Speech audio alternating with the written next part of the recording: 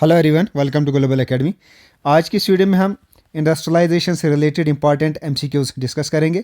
So without wasting the time, let's begin with the first question.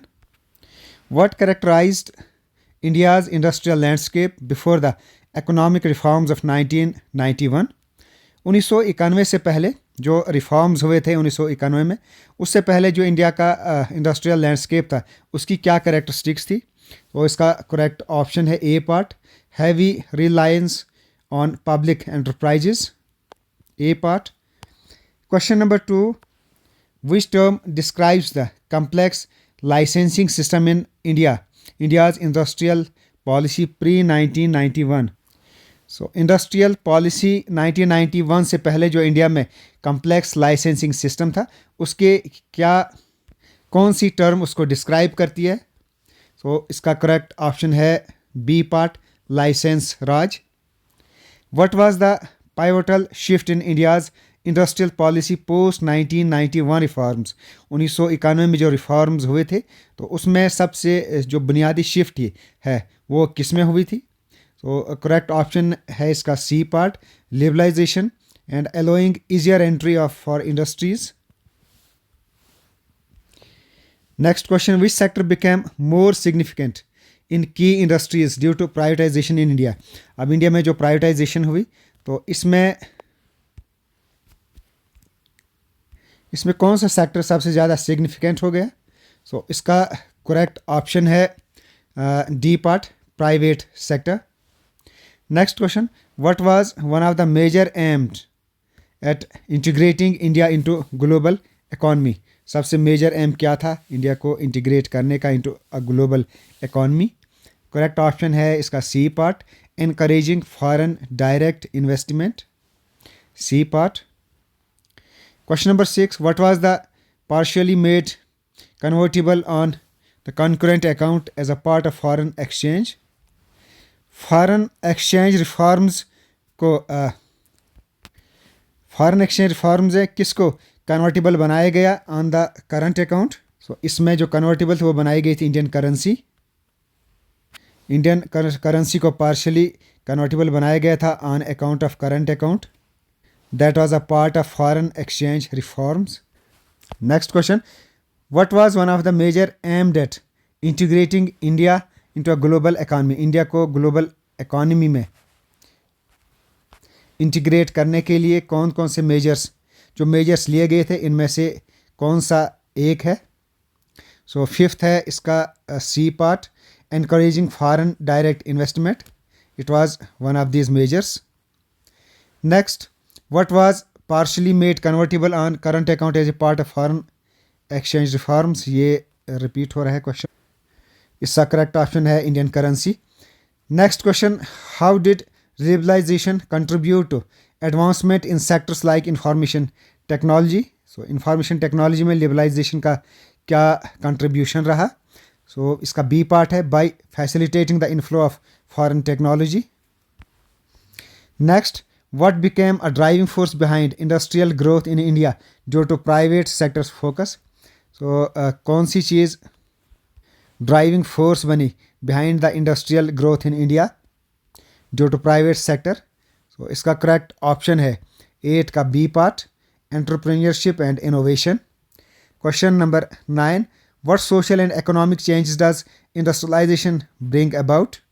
So इसका correct option है D part, transformation from agrarian to industrial society. Agrarian means agricultural society into industrial society. So question number 10, what was the impact of industrial revolution on the gentry and aristocracy? So इसका correct option है 10 का D part. Question number 10 का C part है, transition from manual to automated labor. Next question, what group became foundation of the new middle class after industrialization? कौन सा group foundation बना middle class के लिए, foundation of new middle class के लिए after industrialization? इसका correct option है D, industrial workers. What was the significant challenge faced by workers after industrialization? इसका करेक्ट ऑप्शन है C, reliance solely on wages or for survival. Question number 13, what expression is used to describe the living condition of workers in industrial societies? कौन सी expression use की जाती है जो living condition है workers की industrial cities में, उसको express करने के लिए? तो इसका करेक्ट ऑप्शन है डिकिंसन स्केलर, इसका सी ऑप्शन है।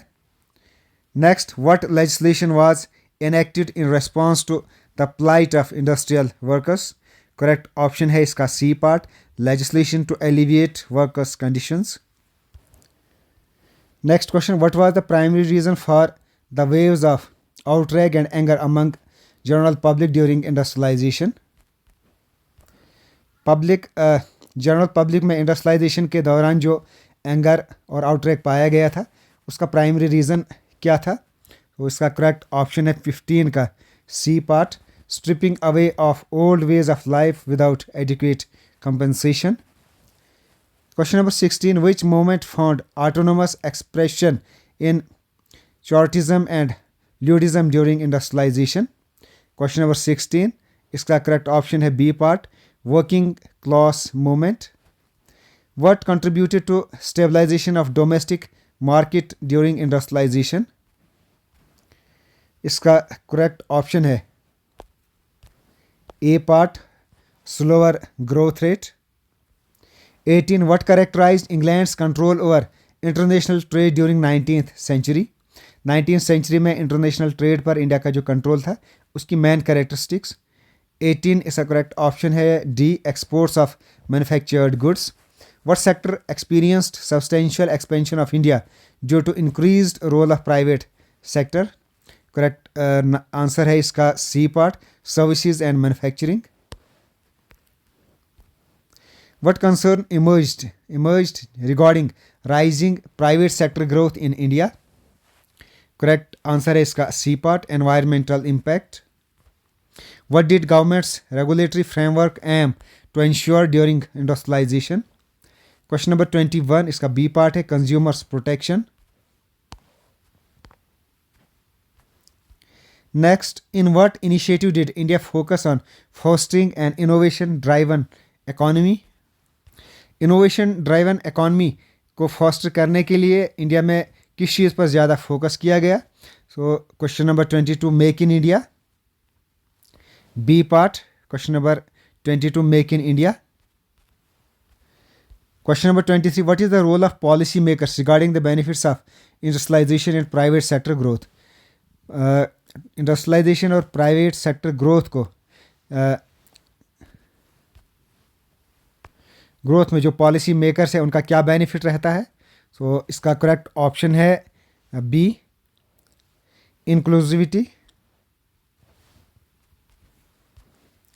Next, what historical period marked India shift from a public sector dominated to a private sector driven industrial landscape? India में जो शिफ्ट आया इकॉनमी में पब्लिक सेक्टर डोमिनेशन से private sector की तरफ, जो इंडिया में शिफ्ट आया इंडियन इकॉनमी में, तो वो कौन से हिस्टोरिकल पीरियड में हुआ? तो इसका करेक्ट ऑप्शन है बी, पोस्ट इंडिपेंडेंस एरा।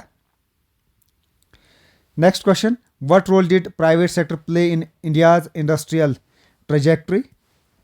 इसका 25 क्वेश्चन, इसका करेक्ट ऑप्शन है बी, डिसीजिव रोल रहा है इसका प्राइवेट सेक्टर में। इसी टॉपिक से रिलेटेड कुछ और इंपॉर्टेंट एमसीक्यूज डिस्कस करते हैं। Who is known as the father of white revolution in India? So इसका करेक्ट ऑप्शन है वी, कोरियन। और कुछ और इंपॉर्टेंट पॉइंट्स जो इसी टॉपिक से रिलेटेड है। ऑपरेशन जो फ्लड है, operation flood is called the white revolution in India.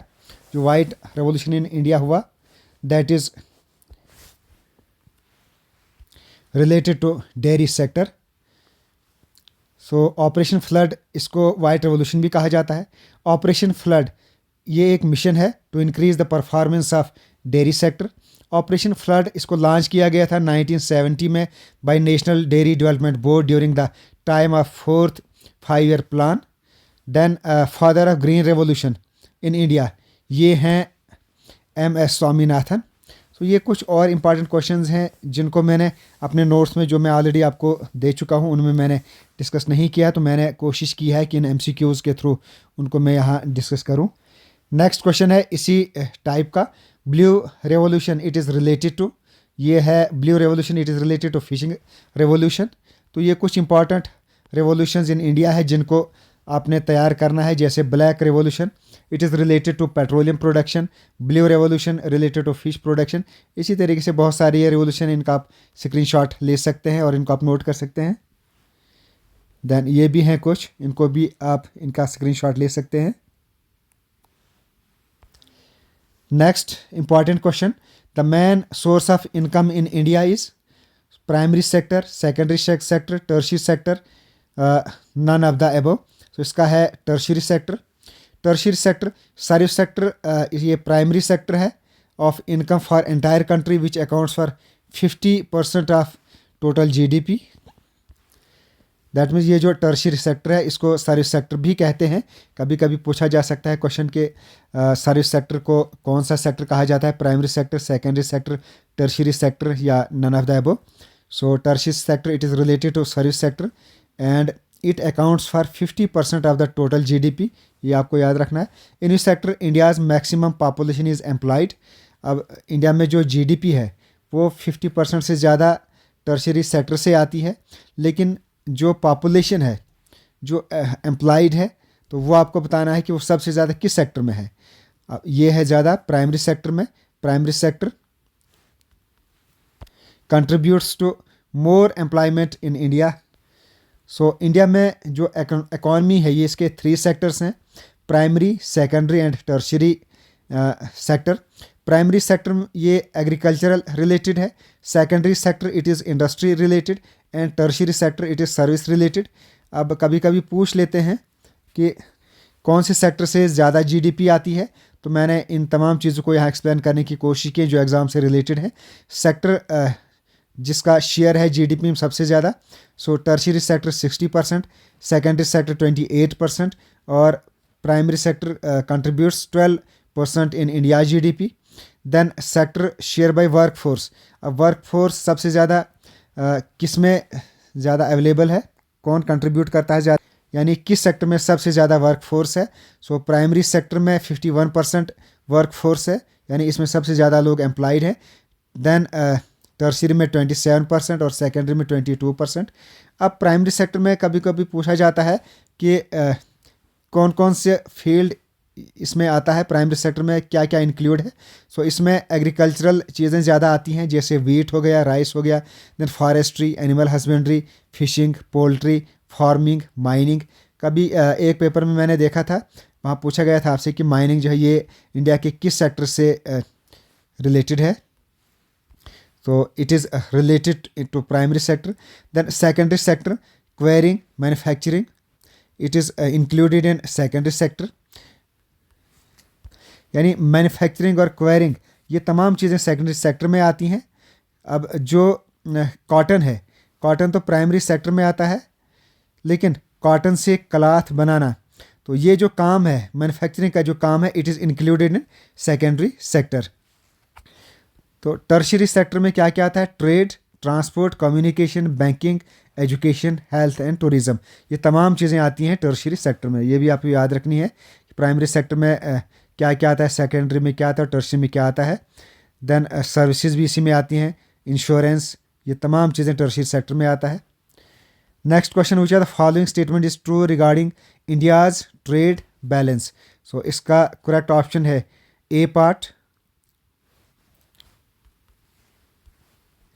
greater increase in exports than imports. Next, which are the following is not a part of core industries in India?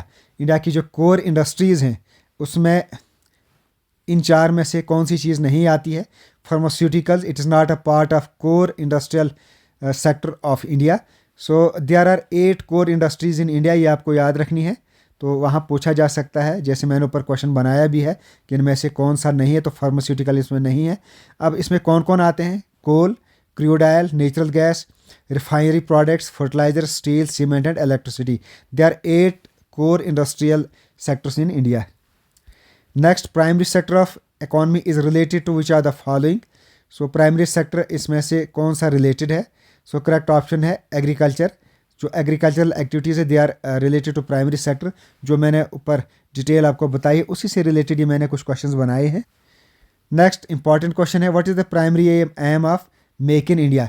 India में जो शुरू हुआ make in India policy, तो उसका primary aim क्या है। So इसका correct option है प्रोमोटिंग डोमेस्टिक मैन्युफैक्चरिंग, यानी खुद अपनी कंट्री में हर चीज़ मैन्युफैक्चर की जाए, यही इसका प्राइमरी एम है मेक इन इंडिया का। मेक इन इंडिया ये एक इनिशिएटिव था जो सितंबर 2014 में शुरू किया गया इंडिया गवर्नमेंट के द्वारा ड्यूरिंग 12th 5 ईयर प्लानिंग।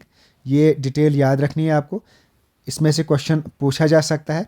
और इसका एम है टू बूस्ट डोमेस्टिक मैन्युफैक्चरिंग, यानी खुद डोमेस्टिक जो मैन्युफैक्चरिंग है यानी इंडिया के अंदर ही जो मैन्युफैक्चरिंग है उसको बूस्ट किया जाए, attract foreign direct investments and create employment opportunities across 25 key sectors.